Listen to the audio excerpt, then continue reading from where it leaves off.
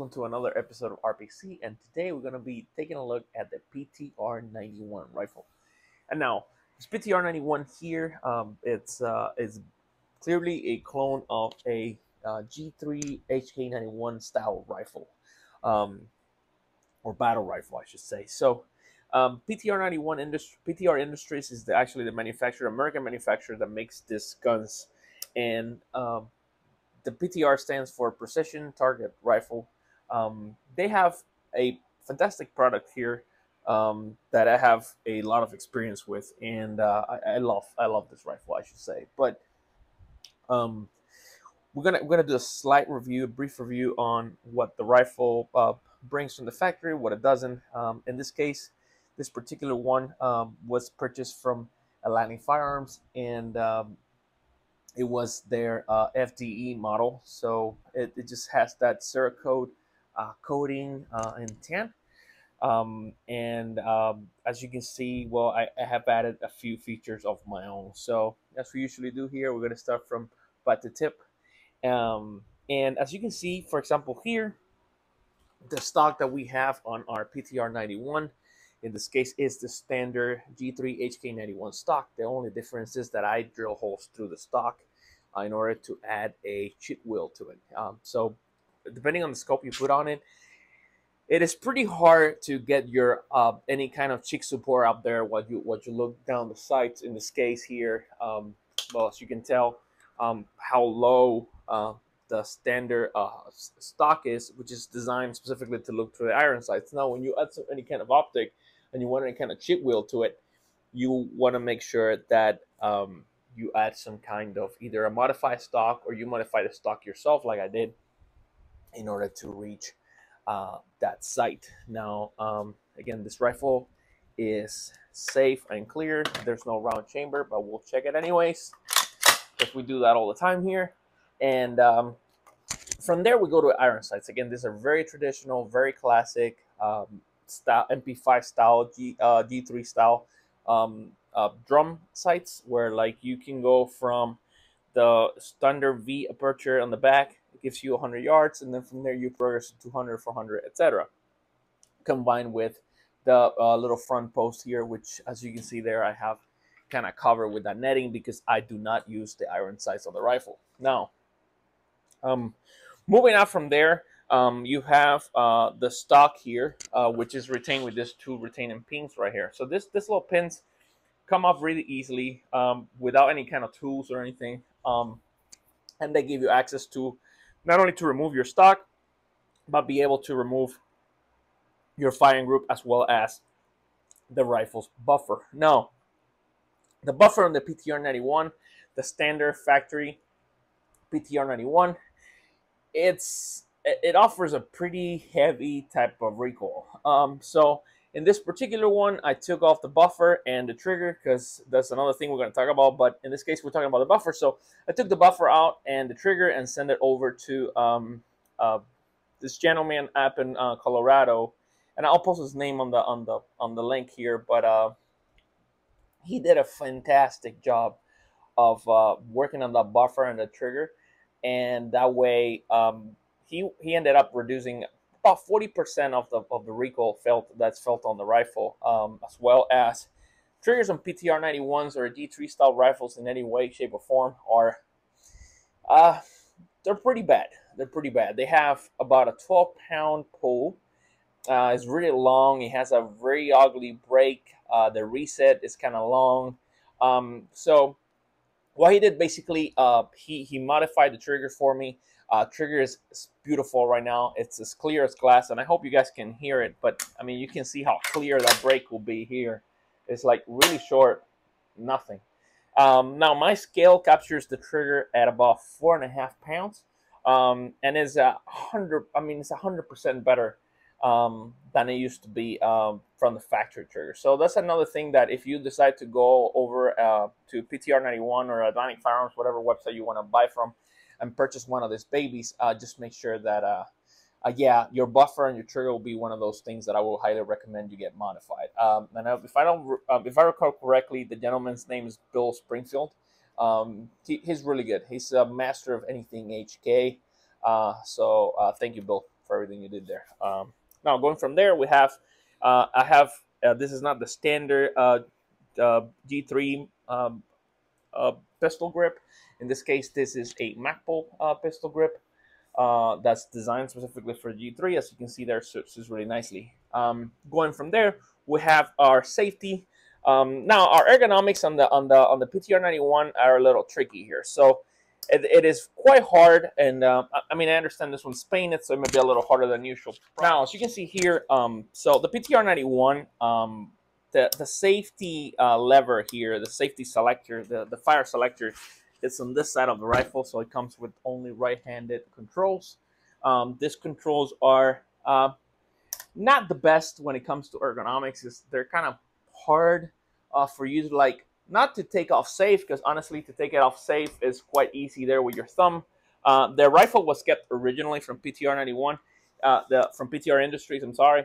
It was kept original with the original design for semi-automatic and fire, but realistically speaking, both selections will grant you obviously semi-automatic fire only. So don't expect just because you can switch it over to auto that it will do any auto. It won't. So it is quite easy to disengage. Probably on that first position, you can still do it with your thumb, as you can see there. Now, if you decide to take it over all the way down to that final position there, again, one doesn't serve any kind of purpose. You're not gonna get any kind of special fire or anything like that. But it's quite. I would just keep it that way. So just safe up and then down for semi on the first position. That's fine. I will never go down to the other one, just because it realistically, again, it doesn't offer anything special, and it will be quite hard. Like, you actually have to get your hand off position to then switch it all the way up there. Okay, so from there, that's part of your trigger group. We have the trigger here. We already talked about it. Original trigger is about 12 pounds. It has a very long break. It's not a good type of trigger. Like, honestly, it doesn't feel good at all from the factory. So after that modification that I talked to you about, again, that it was a lifesaver. It makes the rifle completely different thing. So in this case, the PTR91 compared to the original G3 or HK91 comes with its own welded rail. There's been complaints about online communities and whatnot of the rail not being fully and completely centered. Honestly, I'm using a scope here, and I have noticed that even when the scope is fully zeroed, you can still kind of see that deviation when you take your front post as a comparison point. You will see how the rifle, in this case, this one is a little bit tilted to the right or further to the right than it was supposed to be.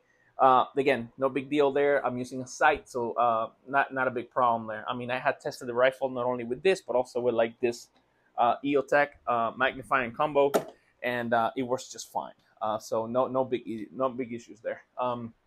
As you know, also the G3 or HK91, in this case PTR91, they are used as standard, compatible with standard G3 magazines. Bro, this magazines is number one is that they are pretty inexpensive. So you can buy yourself a whole kit of 5 mags for like $20-something. That comes really handy, and they're your standard aluminum. Most of them prior issued G3 mags. So these are 7.62 by 51 millimeters or 308. 20 round detachable mag. So they work really well. Zero issues there. I have mine with this little like Magpul like extractors or whatnot, just to make it easier to pull it from my pouches. But again, no complaints at all with these magazines. They work fantastic.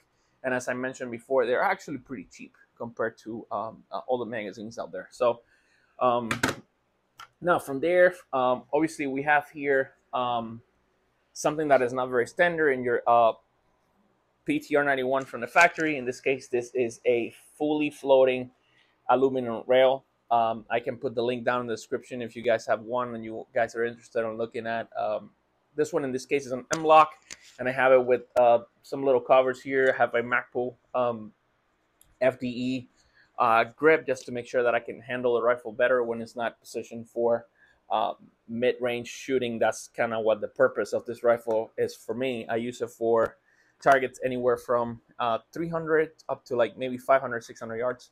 The three-way round, honestly, I wouldn't push it any further than that.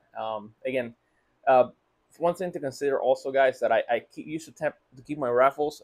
They're very mission oriented, and I always base everything mostly on a shithead defense scenario. Meaning, do I really want to engage anybody further than 300 yards? The situation up there will be very unlikely, just because in a shithead defense scenario where you're just trying to get out of dodge, trying to survive. I will never not open fire in something that's further than 300 yards or so, unless it's out of absolutely necessary. So again, my goal is evasion and escape. So yeah, I will not be opening fire on a target that is more than 300 yards away unless absolutely necessary. So from there, we'll go over here to the Magpul grips on this baby. I'm sorry, Magpul bipod on this baby. Again, very light bipod as an M block, a specific mounting system, and I really love it. It just basically fulfills whatever purpose I have for it. And as you can see here, this one has been definitely fully painted and camouflaged like most of my rifles. I'm a big guy when it comes to camouflage. I love to be unseen if I can. So camouflage is a big deal for me.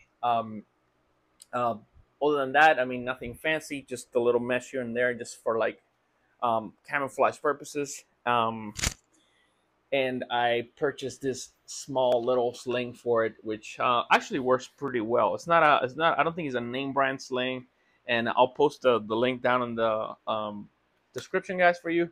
But as you can see here, it works pretty nice, pretty to carry the weight of the rifle. So let me tell you something about the PTR91. I know a lot of us like battle rifles out there, such as this one, or for example, something like an FAL or an M14 rifle. They're pretty heavy rifles. This baby right here, it's heavy. It's we're talking about a syscon figure right now. We're talking about probably like 11, 12 pounds, give or take. Plus, obviously, all the ammo that you carry with it. I don't know how much ammo you guys carry. Obviously, I have as I mentioned before, I use a Velocity Systems Django kit that has is designed for 7.62 rounds. So in this configuration, when I carry this rifle, the configuration of the harness actually calls for 9 magazines. So again, 9 magazines of a 308 gets pretty heavy. Let's put it that way. So yeah, I mean the rifle fires phenomenally. When it comes to the range experience with it, it fires phenomenally again, and it mostly has to do with that trigger. I will not recommend for anybody to keep the PTR industry standard trigger. Again, this rifle was purchased probably around 2020. I have no idea, unfortunately, if the trigger mechanism or the improvements on the over it, or if improvements of the trigger have been made since. But again, I highly recommend you guys go to Bill Springfield and you have to modify some of the stuff for you guys, because I will tell you something, it will make the rifle, it's a huge difference, night and day, and not kidding there. So again, this has been our episode on the PTR91, and if you guys have any kind of comments, please go ahead and post them down there on the comment section below. And if you have any questions, anything you want to talk about, anything you guys want to discuss, please go ahead. Let's have that conversation, let's have that discussion. And guys, I have nothing else for you. Please subscribe and save. And as we usually say, stay safe out there. See you guys.